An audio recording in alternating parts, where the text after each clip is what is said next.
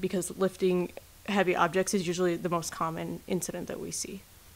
And so we're actually in the process of informing our new leadership just of the financial benefits actually of having a culture of safety so that they can see that importance. And so part of that might end up being promoting safety through incentives and things like that. The number one incident that we've probably seen this year are teachers lifting things that they shouldn't be lifting. And so we consider that entirely preventable by having our facility staff called and brought over to help. They're always willing to do that. We're always fully staffed with our facilities department. When a new employee is hired, we go completely over the safety program, both with their supervisor does it, and then I do it. So it's done really in depth with a lot of training. Okay, what we do is every summer we decide on a theme for the year. Okay, this year it's in the blink of an eye. During the holidays, during the program times, during the open house time, during the end of school, the start of school. These are the times when people are so rushed that they seem to be a little bit more accident prone. So we have different topics and then different pressure point times that we want to hit. So we get 12 of these subjects for each kind of employee, the maintenance guys, whatever. Okay, and we put those together in a big book so that we can make sure that we're covering all the things that we need to cover. The first thing we do when we do orientation week is we do our safety program, because that, first of all, it's fun. We always do a fun thing, and we give away big prizes. So that kind of kicks everything off and makes everybody feel good, but also it starts the mental clock going, to remember safety, to remember to be safe. So, well, like I said, we pick a theme, and then we carry that theme forward. Sometimes we've had banners, sometimes we make up posters. This year, it's the blink of an eye. One year we did the Pirates of the Care of Your Being, and we had a pirate theme, and everybody remembered that one. I mean, it doesn't matter if it's silly, just something that people will catch on to. All of our rooms, every single room, and even in the office at various spots, there are little step ladders. We review the program every orientation week at the very beginning of the year, and then we have safety meetings once a month with all of our staff, primarily faculty. We hold approximately 10 to 12 safety meetings throughout the course of the year. We don't call it orientation week anymore, therefore we don't have any more injuries. We don't have a first week of school anymore, so that solves that problem. But basically we probably spend more time on safety the very first couple days of orientation, and then the first week of school we have an assembly that we meet with all of the young people. We provide written information to our staff every time we conduct a safety meeting, so therefore there's information that is reviewed. We also put information in the staff boxes every month as well. Part of that is with your manual, part of that is just something, we have a great emergency preparedness person that's on our staff, health attendant, and she does a great job providing monthly information that we send out to all of the staff. So we're pretty on top of that situation. We have posters that are placed around our campus, and with those posters are whatever the slogan is for that particular year. And then occasionally at our meetings, then if the track record is good, then we provide an incentive reward for our staff. We also posted in the workroom, we have the list of days that the school is gone, the staff is gone without any injuries. So that's always quite a visible reminder to all the staff, which works out very well. But we've made it clear to our staff any kind of activities that they're involved in that pertain to the school, especially in the athletic area, where we deal with a number of coaches that are perhaps showing or demonstrating particular drills, but we've told them that we do not want them involved in any kind of scrimmaging, any kind of playing actively.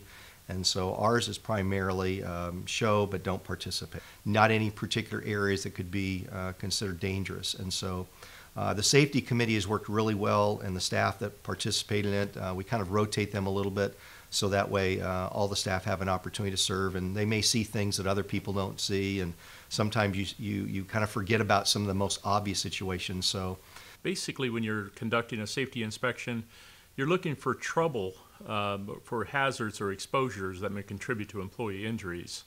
So it's critically important to conduct these inspections on a quarterly basis to make sure that your classrooms and your campuses are free from hazards, and when you see a hazard, you can take immediate action. You may require that this acts investigation procedures are, it's a requirement not only by the group, by the self-insured group that you're in, but also Cal OSHA. And Cal OSHA requires that every time there's an accident that we can achieve this goal with this group. So I just want to thank you for your time, and good luck. And please, if you need help, please let me know. I'm happy to help. Thank you. One of the biggest things we see is improper lifting techniques. That means that people are still lifting at the waist and not with their legs. The custodial department could really assist teachers with making step ladders available, making sure that their rooms are free and safe of hazards. And if somebody's working with a chemical, perhaps make sure that they have a material safety data sheet available. The material safety data sheet is critical because it has information in terms of what personal protective equipment they need to wear, what happens if it gets on them, if they swallow it, that sort of thing. And another good thing about an MSDS is that it can go with you to the doctor. And just try to make them mindful, because that actually is when we had most of our injuries, is because I think they're all in a hurry and not thinking and walking, not watching where they're walking. Most of my injuries were actually falls.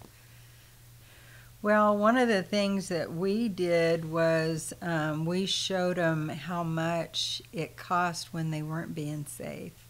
So we showed how much money that the budget actually lost due to injuries that we had. We had a year, I think it was 2007, that was a pretty bad year.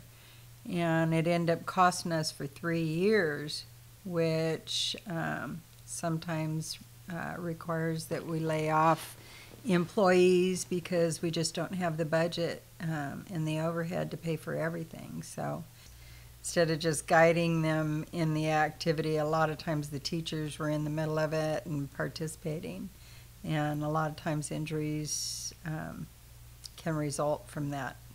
I can usually tell if I have a supervisor or a manager in the wrong place with the wrong people, because you'll start to see more and more injuries because that supervisor doesn't place importance on safety. You know, actually the way I looked at it was probably a couple of annual salaries.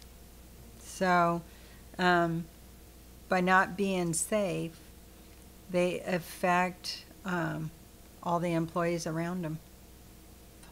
Every employee is asked to attend 4 safety meetings. We do our meeting quarterly, and we break it into small groups, like preschool teachers in one group, elementary teachers another group, and secondary teachers, and then the support staff's a group, and administrators.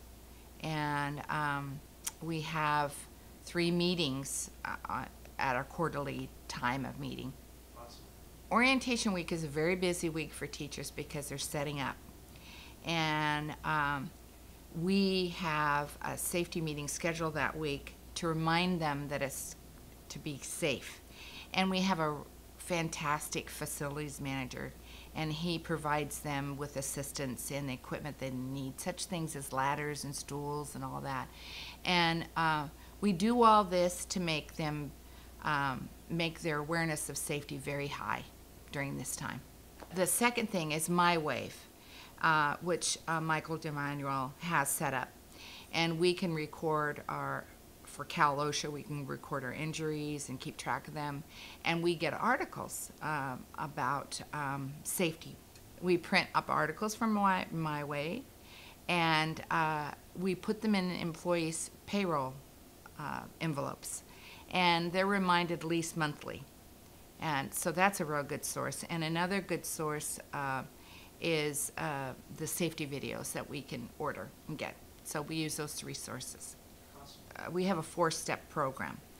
And the first safety violation, they get a verbal reprimand, and it's written in written up in their file.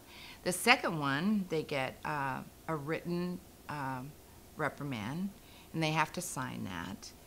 And then the third one, they can get suspended without pay. And then the fourth one, they can end in termination. We've only, in the 30 years that I've been at Fremont Christian and Harbor Light, we've only had an employee go to the third step, be suspended without pay. It's the employer's responsibility to pray for the employees and add leadership. And safety is very much a part of the corporation culture. We take pride in providing a good work environment, being neat and clean and safe. And we have regular inspections. We provide posters, funny posters, and we do payroll inserts. And in fact, we want awareness to be so high. I heard the other day an employee stop another employee and say, "Don't do that. Are you on my safety team?" So that tells me that they're working, they're aware of safety, and they're helping one another. Cash incentive. Our program offers drawings for each group. If they haven't had an accident that quarter, they have a quarterly drawing of $25. And then if their group is does very well at the end of the year, they're awarded $100. And then I think the big incentive is at the end of the year we give $100 for every group member. We want to make safety a priority, and it's worked in the past to make it that way by providing some cash incentives. Awesome. Teachers walk backwards, or employees, not just teachers. They have a strange confidence in their ability to walk backwards, and we've had a number of injuries as a result of that. And this one particular one, we have a 70-foot wide and 150 feet long stage.